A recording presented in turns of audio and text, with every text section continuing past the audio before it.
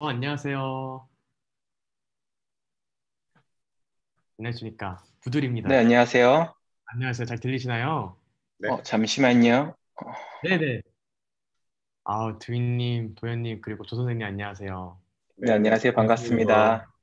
모더레이터는 아니고요. 방송방. 네, 부산의 부들, NFT 부들이라고 합니다. 반갑습니다. 저 저희가, 개인적으로 궁금한 게 밑에 네. 있는 그 이름 변경을 어떻게 하나요? 제가 이거에 좀 익숙치가 않아가지고, 제가 해드리겠습니다. 네네, 제가 잘 모르겠어서. 좋은데요, 그래 있죠. 그레이 쪽 해드려요? 또 바로 그레이 쪽 해드는 거 아니에요? 네, 이게 제 이름으로 바꾸고 싶은데 어쩔 수 없네요. 네, 네, 좀 이따 제거 잠시만요. 바꿔드리겠습니다. 네네, 알겠습니다. 저희가 음, 8시 15분에 세션을 시작하는데요. 그 전까지 네네, 조금만 기다려 네, 천천히 알겠습니다. 진행하면 될 것 같습니다. 네네.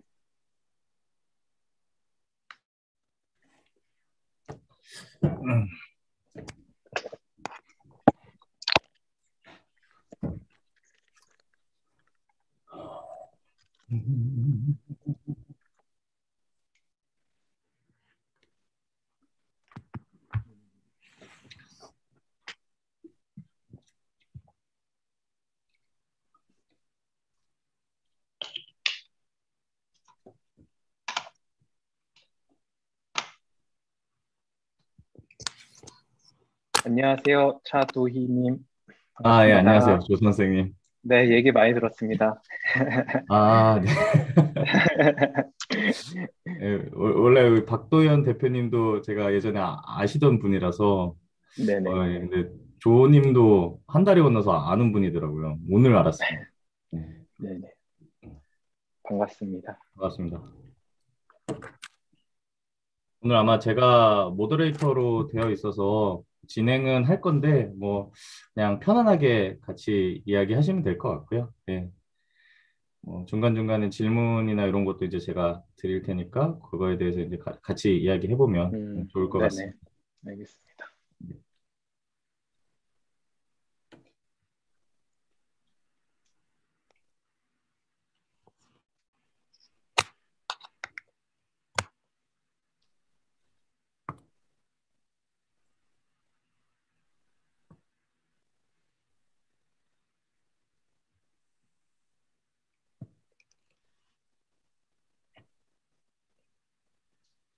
다 부산이시죠?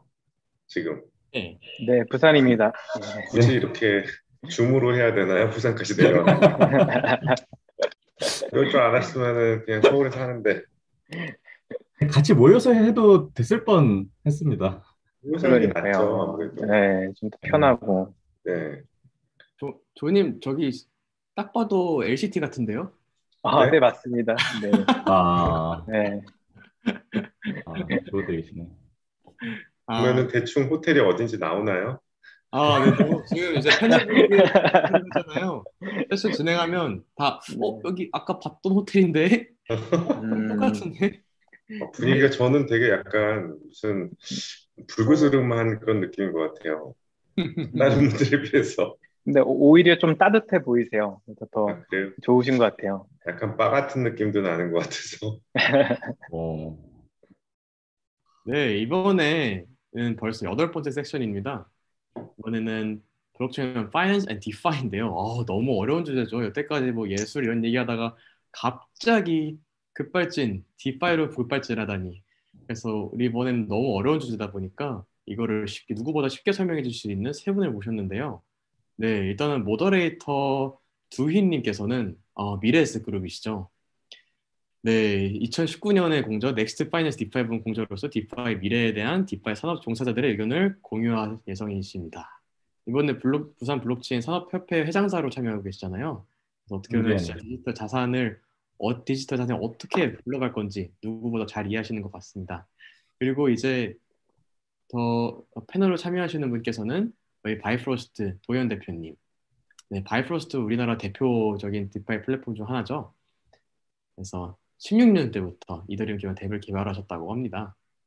그리고 요즘 이제 핫한 디파이 프로덕트 중 하나 알파카 파이낸스. 정말 위트 있는 이름이고 정말 위트 있는 서비스죠. UI UX부터.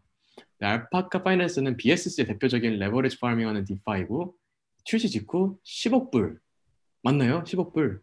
네, 맞습니다. 불이 맞는 TVL을 유치하셨고 디파이와 NFT 결합을 지속적으로 시도하고 계십니다.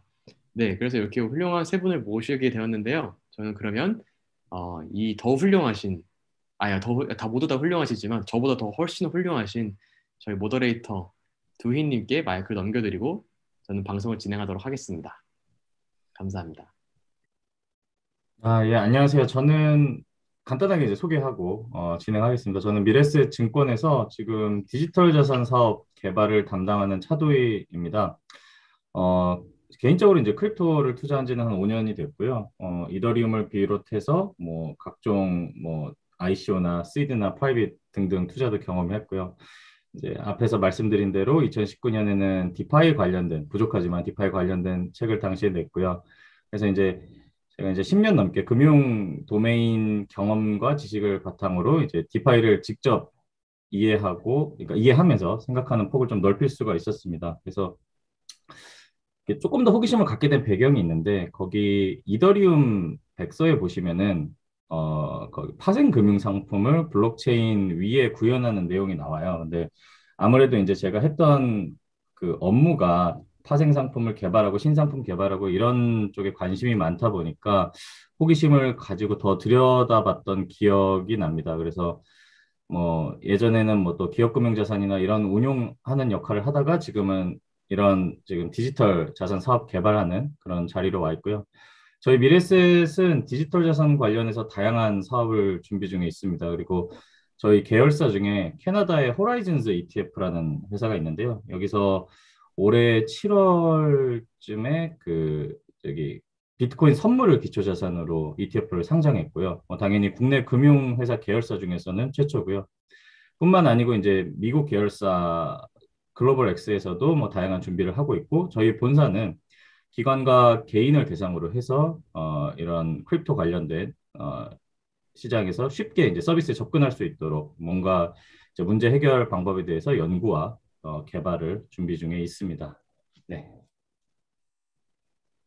그리고 다음은 저기 박도현 대표님 부탁드리겠습니다. 네, 안녕하세요. 바이프로스트 박도현 대표입니다. 앞에서 두희님이 회사 홍보를 열심히 해주셔서 역시 미래에셋이 주관사구나라고 느낄 수 있었습니다. 저는 일단은 현재 저는 원래 이제 두희님과 같은 미래에셋에서도 근무를 했었고 그리고 학위를 받고 약 10년간 금융사에서 이제 파생상품 퀀트 트레이더로 근무를 하다가 지금 현재는 이제 교수로 재직 중이고요. 그리고 지난 5년 전부터 이 블록체인에 관심이 있어서 블록체인 인투시애스트로서 이게 세상을 바꿀 것 같다라는 그런 믿음에 지난 5년간 뭐 열심히 달려왔고요. 그 결과 바이프로스트라는 멀티체인 플랫폼을 만들었고 그 위에 바이파이라는 디파이 랜딩 프로토콜을 지금 운영을 하고 있고 운영한 지 한 10개월 정도 됐는데 이건 이더리움 기반도 있고 BSC도 있고 아발란체도 있고 저희가 지향하는 것이 멀티체인이다 보니까 여러 가지 체인과 같이 동시에 구동되는 그런 디파이를 지향을 하고 있고 그래서 지금 현재는 디파이 퍼스트 기준으로 이더리움 메인넷 랜딩 쪽에서는 뭐 33개 중에서 15위 정도 하고 있는데 아직도 네임밸류 쪽에서 면에서는 저희는 좀 약하다고 보고 있는데 더욱더 이제 뭐 새로운 상품들을 개발해서 정말 디파이가 이 금융을 바꾸는데 한 몫을 하는 것이 저희의 목표이기도 합니다. 뭐 자세한 거는 패널 토의하면서 또 얘기해 보도록 하죠. 네. 다음은 저희 그 알파카 파이낸스에서 사업 총괄을 맡고 계시는 조 선생님 소개 부탁드립니다. 네, 안녕하세요. 저는 알파카 파이낸스에서 사업 개발을 담당하고 있는 조 선생입니다. 또 알파카 외에도 디파이 교육 채널, 디파이 농부 조 선생 채널을 운영하면서 조 선생으로 크립토에서는 활동을 하고 있습니다. 알파카 파이낸스에 참여를 하게 된 계기는 저도 기존 금융권에서 한 10년 정도 그 인베스트먼트 뱅커로서 활동을 하면서 전통 금융과 좀 크립토를 통한 이런 디센트럴라이즈된 금융에 관심을 이제 갖게 되었고요. 그러다가 우연찮은 기회에 이제 알파카 파이낸스에 어떻게 보면 인바이트를 받아서 같이 활동을 하게 되었습니다. 아시다시피 알파카 파이낸스는 이제 바이낸스 스마트 체인이라는 채널 위에서 유저들한테 토큰 대출을 해주는 랜딩 프로토콜입니다. 현재는 TBA 기준으로 한 1.5조 정도, 1.5조 원 정도가 예치되어 있고요. 저희 알파카 파이낸스는 다른 여타 랜딩 프로토콜과 다른 점이 한 가지가 있는데, 그것은 대출에 대한 목적이 명확히 파밍에 정해져 있다는 것입니다. 예를 들어서 BSC 내에서 가장 큰 규모인 랜딩 프로토콜 중에 하나인 이제 비너스 같은 경우는 토큰 대출에 따른 목적이 정해져 있지 않아서 유저들이 다양하게 대출을 투자 목적으로 활용이 가능한데, 알파카 파이낸스는 그거를 조금 제한했습니다. 그래서 제한된 것은 이제 팬케이크 스왑이나 최근에 이제 MDEX 같은 AMM 위에서 작동하는 파밍 프로덕에 연동을 해가지고 이제 사람들이 더 많은 시드를 대출해서 파밍할 수 있도록 만들었습니다. 이런 만든 목적 자체는 대출 프로토콜들이 해킹에 아무래도 취약하다 보니까 그런 취약한 점을 좀 보완하고자 대출에 대한 사용 용도를 규제했던 것이고요.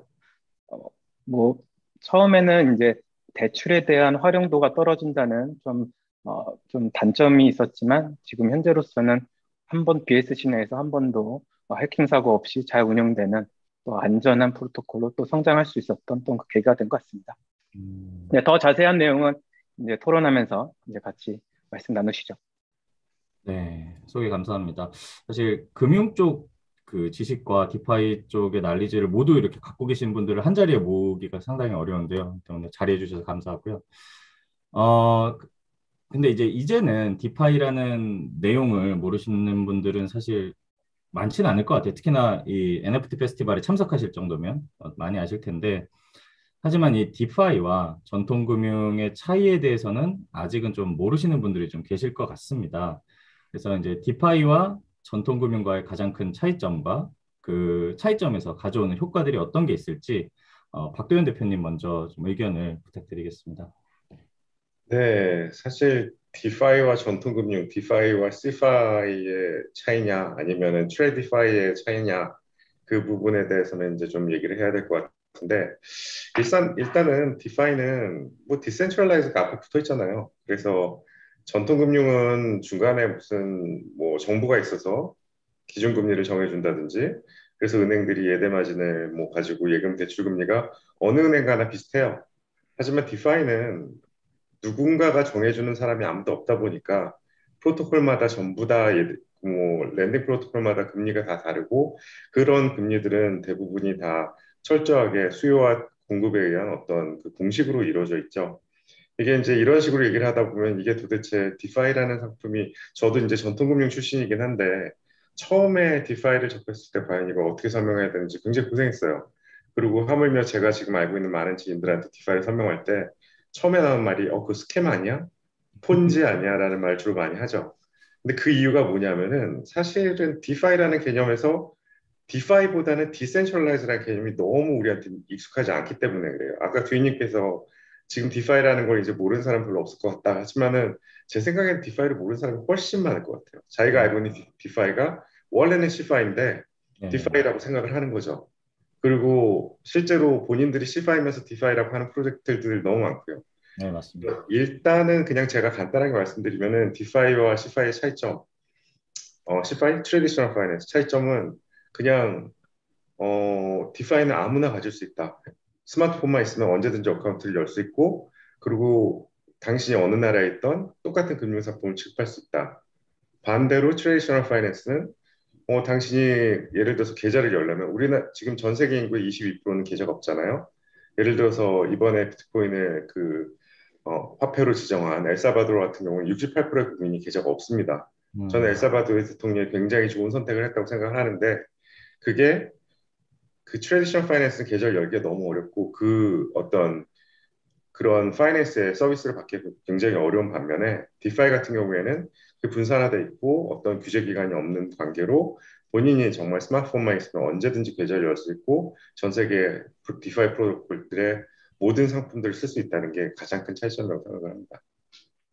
음, 간단하게 넘길게요. 네, 말씀 감사드리고요. 그 조 선생님도 간단하게 말씀 좀 부탁드립니다. 네, 뭐 디파이와 시파이, 전통 금융과 탈중앙 금융 전부 다 많이들 익숙하실 거예요, 이제는. 근데 아까 우선적으로 이제 선제적으로 말씀 주셨던 내용처럼 저도 동감하는 게 뭐냐면 기존 금융은 결국에는 중앙화된 어떤 조직들이 여러 가지를 통제하지 않습니까? 그들이 사람들한테 대출을 해줄 때 금리와 또 예금자들한테 또 주는 어떻게 보면 적금 금리랑 그 중간에 어떻게 보면 그 예대 마진을 어떻게 사업화 시켜서 이제 스프레드를 이제 먹는다고 표현을 하는데 그 스프레드를 이용해서 사업을 하는 그런 것들이 전통 금융인데 이 디파이라는 것은 중간에 있는 중앙 조직 자체가 없기 때문에 어떻게 보면 양쪽 다 예금을 하는 사람 또 제출을 해가는 사람 모두 다가 어떻게 보면 경제적으로 이득을 볼 수 있는 그런 음, 구조인 것 같아요. 그런 면에서 뭐 어떻게 보면 사업성으로 봤을 때는 둘 다 베네핏을 가져가는 중간에 은행이 있기 때문에 예금 그 지금 현재 시중 은행에서 그 예치자들이 가져가는 금리는 한 2%밖에 안 되지 않습니까? 반면에 은행들은 30% 고리까지 신용도에 따라서 차등적으로 대출 금리를 취하고 있고요. 이런 것들을 어떻게 보면은 전부 다 유저들한테 돌려줌으로써 어떤 더 경제적인 이득을 또 극대화시킬 수 있는 그런 것이 디파이인 것 같고요. 저는 다른 것보다 디파이는 우리나라처럼 혹은 선진국들처럼 금융이 잘 되어 있는 곳보다는 좀 후진국인 국가에 정말 필요한 시스템이라고 생각을 합니다.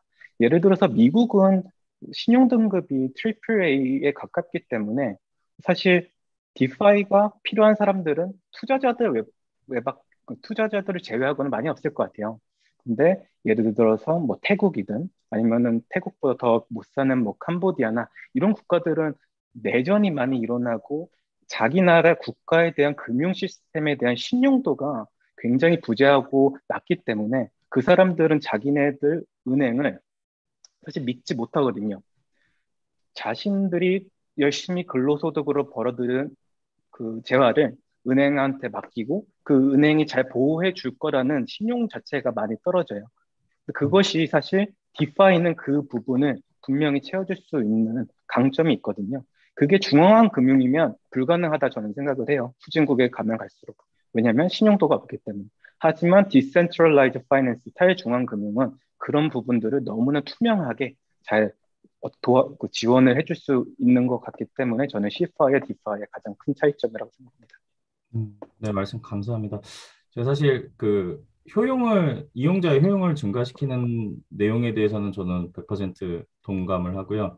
미국은 과연 필요 없느냐? 그 질문에 대해서 약간 다른 의견이 있는데, 제가 이제 2008년에 그 이제 당시에 사토시가 비트코인을 만들던 2008년에도 금융의 일선에 있었는데, 당시에도 장외파 생상품을 다루고 있었는데, 그 리만이 파산하는 바람에 이제 그 당시에 수많은 우리나라 금융기관도 리만에서 사온 그런 구조화 채권을 돌려받지도 못했고요. 그리고 이제 어쨌든 이렇게 돌려받지 못하는 것들은 이제 신용위험이라고 조금 어려운 말로 하는데, 이제 금융기관들이 이런 신용위험을 측정해서 실제로 관리를 하고 있고요. 근데 이런 부분은 사실 되게 익숙하시긴 할 텐데, 2008년이 약간 지난 2009년의 어느 날이었는데 제가 사실 울었습니다. 왜 울었냐면 잘 알고 지내던 이제 할아버지 고객이 리만 관련된 일련의 사건으로 그 미국과 관련된 사건으로 큰 손실을 입게 돼서 울었던 그런 좀 일화도 있었고요. 근데 이제 어쨌든 디파이라는 게 결국에는 이 중개자가 없는 탈중앙화 금융이잖아요. 그래서 탈중앙화 금융의 핵심은 제가 생각하는 핵심은 어쨌든 이런 신용 위험을 제거하는 게 핵심이라고 저는 생각을 하고, 예. 그래서 이제 디파이의 본질이 크레딧리스가 아닐까. 그래서 신용 없이 이루어지는 금융이기 때문에 탈중앙화 금융이고, 그 신용이 없다는 의미가 그 이제 어쨌든 자원이 아껴지잖아요. 그 아껴진 자원으로 투자자 효용을 올라간다. 투자자 효용 자체가 올라간다라고 그렇게 좀 제 입장에서는 그렇게 봤습니다. 아무래도 이제 기관 투자자 입장에서 보다 보니까 이제 이런 시각으로도 좀 볼 수 있다. 그렇게 좀 예, 이해를 해보셔도 좋을 것 같습니다. 그리고 이제 지금 어쨌든 블록체인계 뭐 오늘 NFT 페스티벌이기는 한데 어쨌든 핫 키워드인 이 디파이라는 게 지속적으로 성장을 해왔잖아요. 그래서 2019년 뭐 2019년 말 2020년 초만 해도 한 6억 불 정도였던 TBL이 지금 거의 한 2,500억 달러까지 거의 한 400배 이상이 성장을 했는데요. 이런 이례적인 성장에 대해서 어떻게 보시는지 박 대표님부터 좀 말씀 부탁드립니다. 네, 사실 이 질문에 대한 답을 솔직하게 해야 되는지 아니면은 그냥 다른 사람이 다 하듯이 해야 되는지 조금 고민이 되는데요. 그냥 솔직하게 가겠습니다. 디파이가 이렇게 큰 이유는 지금까지 미끼 상품이 잘 먹혔기 때문이죠. 아까 조 선생님이 말씀을 하셨는데 이제 레버리지를 위한 그런 그 랜딩을 주로 하고 있다. 디파이라고 하면 지금 현재는 사람들이 디파이 하면 그냥 일드 파밍 또는 레버리지 딱 두 가지예요. 그래서 일드 파밍을 하면은 일드 파밍이 뭐냐? 대부분의 사람들이 어마어마한 이자 뭐 몇백 프로부터 시작해서 정말 스캐미한 애들은 몇천 프로까지 처음에 해서 고객들 꼬시고 그리고 나서 뭐 굉장히 안 좋게 되는 경우도 있지만은 대부분의 디파이 프로젝트들이 뭐 최소한의 몇십 프로 이상의 그런 금리를 제공을 하고 있습니다. 그러면 지금 아시다시피 전 세계 기준금리가 뭐 1%, 0% 왔다 갔다 하는 그런 와중에 뭐 여러분들도 지금 밖에 나가서 은행에다 예금을 하시면 1.5%가 맥스일 텐데 근데 50%의 금리를 준다고 하면 눈이 돌죠.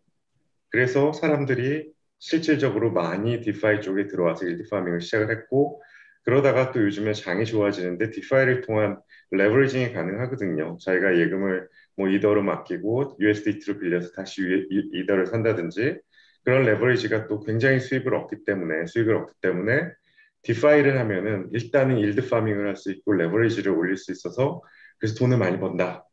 그래서 사람들이 그것 때문에 처음에는 테스트 성격으로 100만 원, 200만 원 넣었을 거예요. 그러다가 점점 많이 넣으면서 자기 재산 뭐 일부를 혹은 뭐 자기가 이용할 수 있는 재산 거의 전부를 디파이 넣는 경우도 많고요. 개인적으로 저도 제가 금융권에 굉장히 오래 있었고 실질적으로 여러 가지 자산 분배를 하고 있었음에도 불구하고 지금 현재는 주식이 단 한 주도 없고 펀드가 하나도 없어요. 저도 저의 모든 유효 자금들을 디파이 쪽에서 이리저리 굴리고 있으니까요. 근데 저는 이게 이렇게 컸던 원동력이라고 하는데 사족을 하나 붙이자면은 과연 디파이가 바라보는 혁신이 이것이냐? 이건 아니거든요. 이거는 체리 피킹으로 사람들을 끌어모으기 위한 상품이고 그리고 여기서 사람들이 정말 디파이의 이노베이션을 느끼고 그리고 많은 사람들이 매스 어답션이 될 때 디파이가 세상을 바꾸는 그 첫 번째 발걸음이라고 생각을 해요. 그리고 두인님께서 아까 디파이가 400배 늘어났다고 했지만은 좀 자세히 살펴보면은 사람들의 숫자는 그렇게 늘어나지 않았어요. 네. 지금 제가 어디서 본 거는 정확하진 않지만 전 세계 인구 중에서 디파이를 액티브하게 쓰는 사람이 300만 명밖에 안 된대요. 300만 명이 이용하는 서비스가 디파이면은 지금도 디파이는 굉장히 early 스테이지죠. 그래서 많이 커졌다라고는 하지만 저는 아직 충분히 커지지 않았다라는 걸로 제 답변을 드리고 싶습니다. 네, 네. 충분히 공감하는 말씀 감사드리고요. 조 선생님도 의견 좀 부탁드립니다. 네, 저는 이제 디파이 성장이 이제 작년에 비해 올해 엄청난 큰 성장을 이뤘다는 것에 공감을 하고요. 저는 이렇게 한번 얘기를 해보고 싶어요. 단언컨대 코로나를 통해서 가장 수혜를 본 하나의 산업이 전 디파이라고 생각을 해요. 현실에서 너무나 많은 유동성들이 이제 정부 정책에 의해서 이제 확대가 되면서 유동성이 풀리기 시작을 했고, 유동성이 풀리면서 이제 실물 자산의 가격이 모두 다 올랐어요. 아시다시피. 우리도 겪고 있잖아요. 지금 현재 작년에 샀던 부동산이 올해 2배 간 케이스도 있고, 작년의 전세가보다 당연히 뭐 1억부터 뭐 10억까지 엄청난 어떻게 보면 가격이 많이 올랐지 않습니까? 근데 그런 것들을 겪으면서 사람들은 어, 사실 상대적인 박탈감을 많이 느꼈을 것 같아요.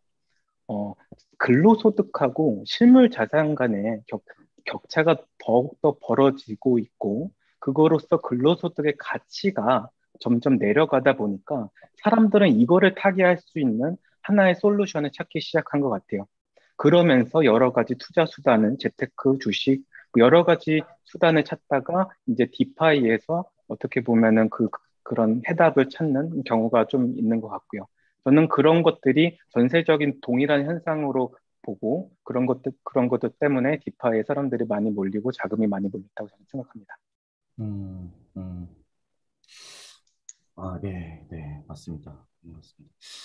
근데 이제 제 생각은 뭐 여러 가지가 있겠지만 어쨌든 제가 이제 좀 크립토 투자를 하면서 인상 깊었던 날들이 몇 가지가 있었거든요. 근데 그게 처음이 그 이더리움 백서를 봤던 날이고요. 두 번째가 그 2017년인가 메이커다오 그 한국 이더리움 미덕 때그 세미나를 들었던 날이고, 그리고 마지막에 그 연 파이낸스가 다오가 만들어지는 과정, 저는 이렇게 세 개가 제 인생에 좀 약간 충격적인 크립토를 투자하면서 그런 거였는데, 이제 당시에 메이커다오가 뭐 어쨌든 디파이를 통해서 어떠한 중개기관이나 피아트 월드의 개입 없이도 이제 블록체인만으로도 1달러를 보유할 수 있다는 그 내용 자체가 그날 굉장히 좀 충격적이었거든요. 근데 저는 이제 박 대표님 의견에도 동의를 하는 게, 지금 뭐 인원뿐만 아니고 전체 금액으로 봤을 때도 지금 약 24조 달러가 전 세계 은행 예치금이라고 하더라고요. 근데 그 중에서 지금 뭐 해봤자 1% 정도? 뭐 인원으로 하면 더 적겠죠. 근데 단순히 이게 1%가 지금 은행 예치금에 대비했을 때 그것보단 더 적겠죠. 은행 성격의 그 산업만 생각했을 때는. 여기에는 뭐 덱스라든지 합성자산이라든지 뭐 여러 가지 사업이 있을 거고. 그래서 이런 걸 감안했을 때 리얼 월드에서 거부감을 느끼지 않고 이런 좀 디파이 산업의 효용을 좀 감안한다면은, 저는 개인적으로는 전체 그 은행의 예치 금액의 3%까지는, 그러니까 순수하게 그런 서플라이나 뭐 스테이킹이나 이런 것만 가지고도 3%까지는 충분히 가능하지 않을까? 그리고 이제 이후에는 뭐 예치 차입이나 덱스나 뭐 파생 상품 등등에서 이제 지금도 많이 이루어지고 있지만, 이런 게 이제 레고 블록처럼 계속 쌓여가다 보면은 어쨌든 뭐 1조 달러까지는 충분히 시장이 성장이 가능하지 않을까, 이렇게 좀 개인적으로는 보고 있습니다. 네. 음, 그리고 이제 또 한 가지 좀 질문을 드릴 건데요. 사실 전통 금융에서는 무슨 송금 오류라든지 주문 오류라든지 이런 게 발생하면은 해당 금융기관에 좀 책임을 묻고, 경우에 따라서는 이거를 좀 시스템상 롤백을 하던가 이렇게 할 수가 있잖아요. 근데 디파이 같은 경우에는 탈중앙화된 금융이다 보니까 이게 한 번 작동을 하게 되면 책임질 소재가 없죠. 그래서 약간의 실수가 좀 돌이킬 수 없는 그런 손실을 만들기도 하는데, 이런 리스크 사례나 아니면은 각각의 지금 참여하고 계시는 프로젝트에서 리스크를 관리하시는 방법에 대해서 좀 의견 부탁드리겠습니다. 이번에는 그 조 선생님 먼저 좀 부탁드릴게요. 네. 디파이 내에서 이제 음, 개인들이 어떤 전송 오류나 여러 가지로 금전 손실을 볼 수 있을 수도 있죠. 근데 사실 잘 생각해 보면은 저희 지금 우리가 살아가는 세상에서도 은행들한테 유저들의 규칙 사유로 인해서 손실을 봤을 때 묻기가 상당히 어려워요. 이게 이슈화가 되고 뭐 대중한테 이슈화가 되지 않는 한 그런 것들을 보상을 요구하기가 굉장히 까다롭고, 뭐 심지어 뭐 소송을 가서 이겨야지만 보상을 받을 수 있는 그런 시스템이거든요. 근데 이런 것들이 결국 개인 실수잖아요.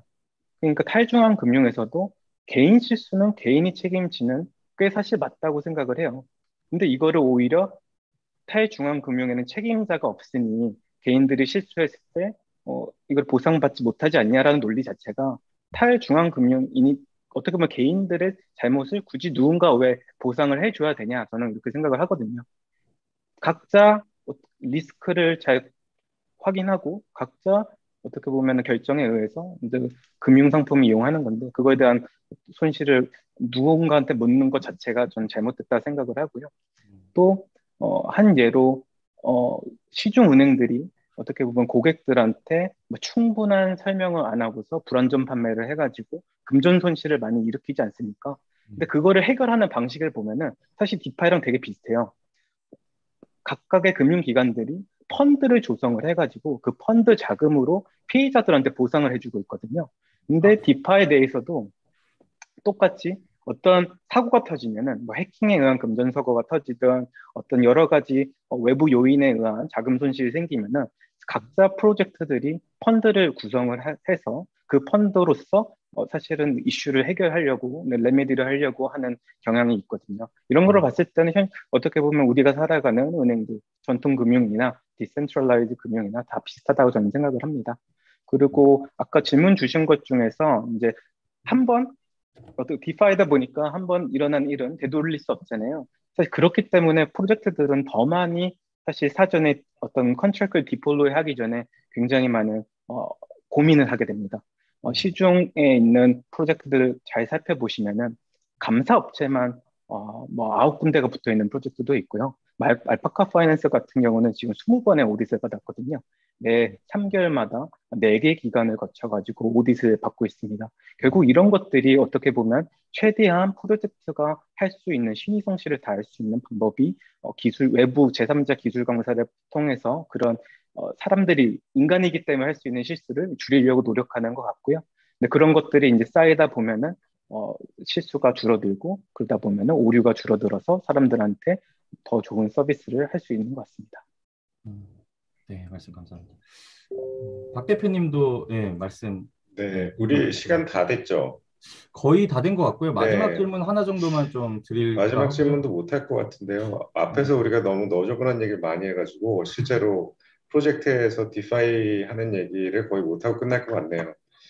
네, 어쨌든 뭐 이 말씀을 드리면 저는 약간 조 선생님이랑 생각이 다른 게 물론 개인의 잘못은 개인의 책임이긴 한데 디파이 사람들이 못 쓰는 이유가 가장 짜증나는 게 고객센터가 없다라는 거예요. 뭔가 누구한테 블레임을 할 수가 없어요. 그러니까 본인이 다 체크업을 해야 되는데 예를 들어서 내가 은행에 돈이 100만 원이 있는데 은행 통장을 잊어버렸는데 그 돈까지 다 날렸다라는 개념에 대해서 전혀 이해를 할 수가 없는 거죠. 프라이빗 키를 잊어버렸다고 해서 그 돈이 어디로 가는 것도 아닌데 예를 들어서 저희 같은 경우에는 고객들이 돈을 디파짓을 하는데 그 월렛 주소로 보내야 되는데 그 스마트 컨트랙 주소로 보내서 돈이 날아가는 경우도 생겼습니다. 근데 어쨌든 제가 얘기하고 싶은 거는 모든 걸 고객 책임으로 넘기는 순간 사실 디파이의 성장의 한계가 있지 않을까. 저는 바이프로스트에서는 디파이 좋지만 어느 정도의 C5와 융합된 어느 정도 고객 편의를 더 쉽게 해주는 유저빌리티를 높이는 그런 서비스가 먼저 나오고 그게 점점 디센트럴라이즈 될 때 디파이 미래가 더 있지 않을까. 저희는 그렇게 생각하고 있습니다. 네. 시간이 별로 없을 것 같네요, 이제. 아니 근데 지금 한 10분 정도 더 해도 될 것 같고요. 그래요? 네, 그래서 일단 제가 박도현 대표님께 그러면 바이프로스트에 대한 좀 소개를 좀 부탁을 드리고 그리고 네. 이제 멀티체인에서 좀 여러 가지 서비스를 하고 계시잖아요. 그리고 네. 최근에는 또 멀티체인 월렛도 출시도 하셨고 그래서 네. 이런 다양한 서비스를 지원하는 부분에 있어서 좀 전반적인 소개를 좀 부탁을 드리겠습니다. 사실 바이프로스트가 멀티체인을 가지고 뭐 지금 디파이 세션인데 바이프로스트를 소개하는 건 좀 아닌 것 같고 바이프로스트라는 멀티체인 플랫폼 위에 다이파이라는 저희가 디파이 랜딩 프로토콜을 갖고 있는데요. 네. 디파이 처음에 바이파이 만들 때 처음에는 컴파운드랑 비슷했어요. 이더리움 네트워크 위에서 담보대출하는 거 다 똑같죠. 요즘 하는 것도 뭐 알파카 파이낸스도 BSC에서 어떻게 보면 담보대출을 일드 파밍을 위주로 해서 하는 그런 스킴이라고 생각하는데 제 생각에는 뭐 사실 이더리움 네트워크가 지금 디파이의 캡이라고 저는 생각을 합니다. 근데 이거를 만약에 우리가 이더리움 네트워크뿐만이 아니라 정말 네이티브 비트코인 네트워크, 비트코인 패밀리들, 라이코인이나 여러 가지를 다 쓸 수 있다면은 지금 현재 디파이 마켓캡 자체가 3배 이상으로 늘어날 거라고 생각하고요. 그리고 우리가 지금 NFT 부산에 와 있잖아요. NFT라는 게 결국에는 블록체인 위에서 거래가 되는 거고 결국에는 NFT가 거래될 때 만약에 메타버스 위에서 NFT가 거래된다면은 디파이가 바로 그 정답이라고 생각해요. 그럼 여러 개의 NFT 마켓플레이스가 생기고 NFT를 지원하는 여러 개의 프로토콜들이 있을 때 그 프로토콜들이 굳이 다 이더리움일 필요도 없고 다른 프로토콜에서 서로 다른 NFT를 거래하기 위해서는 그런 여러 가지 프로토콜을 지원하는 서비스가 필요하고 저희는 그게 바이프로스트라고 생각을 했고 그리고 그런 NFT들이 돌아가는 마켓플레이스를 바이파이 위에서 만들 수 있다고 생각을 했으며 그거를 위해서는 뭔가 지갑이 필요하겠구나. 누군가 그걸 갖고 있는데 다 그 프로토콜마다 뭐 메타마스크 계속 바꿔가면서 쓸 수도 없고 그리고 뭐 전혀 저기 지원되지 않는 그런 지갑에 대해서는 하드월렛 써가면서 그걸 하는 게 너무 불편할 것 같아요. 그래서 음, 저희가 바이포트라는 지갑을 이번에 낸 것이 어떻게 보면은 정말 멀티체인의 환경에서 디파이드 쓸 수 있고 결국에는 NFT 마켓플레이스까지 다 다룰 수 있는 그러니까 저는 사실 제가 바이프로스트를 만들 때 이게 과연 얼마나 많은 혁신이 될까 스스로도 굉장히 자책을 많이 하고 계속 퀘스처닝을 하고 될 수 있을지 궁금해 왔고 그리고 바이파이도 우리가 과연 어떻게 우리의 다른 점을 얘기할 수 있을 것이냐라고 고민을 많이 했지만은 멀티체인 월렛이 나오는 순간 우리는 정말 다르고 정말 새로운 혁신을 하고 있다는 것에 대해서 확신을 가졌고 그리고 그게 아마도 이제 이 업계에 한 획을 긋는 나중에 한 5년 후에 볼 때 그런 사건이 아니었을까라는 제 소심한 바람입니다.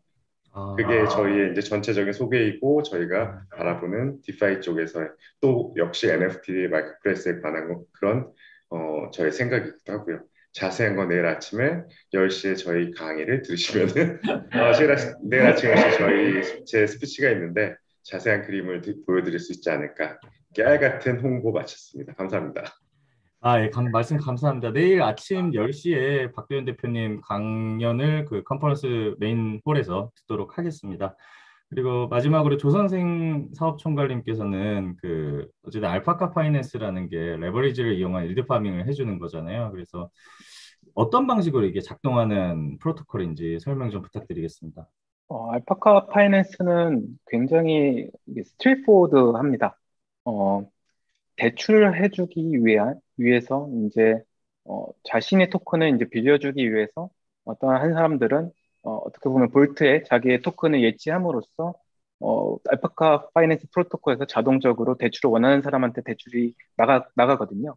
그리고 아시다시피 저희는 이제 그 대출에 대한 용도를 그 파밍에 이제 초점을 맞췄기 때문에 뭐 팬케이크 수압이나 아니면 엠덱스 같은 그런 AMM에 있는 상품들만 대출을 통해서 이용할 수 있어요.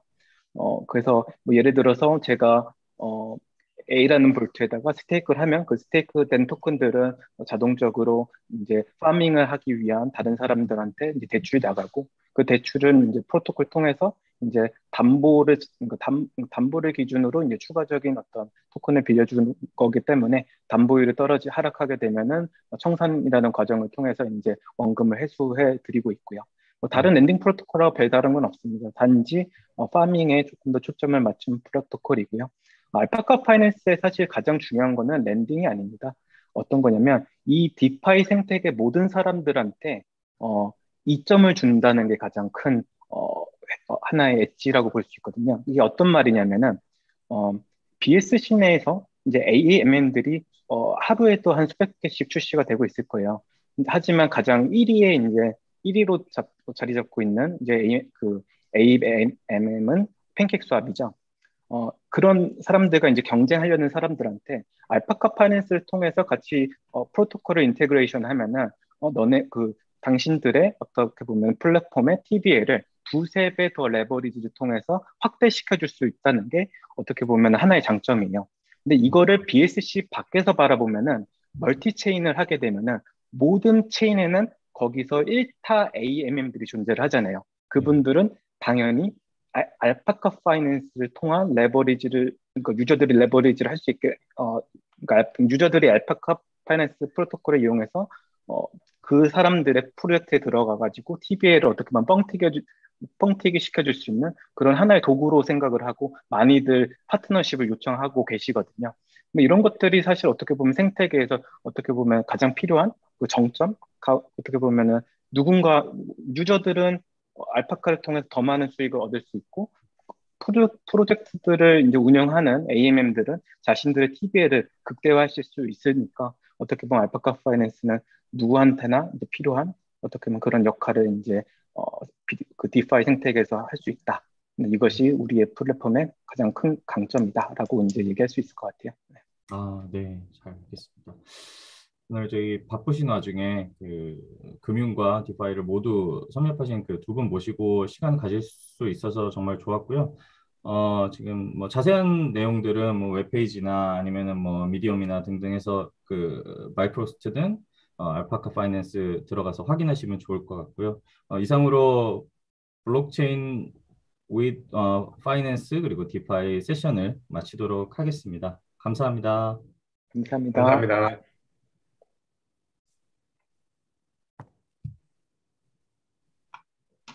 네, 감사합니다. 두인님, 도현님, 그리고 저희 다 같이 나가버리셨네. 네, 수고하셨어요. 인사드리고 싶었는데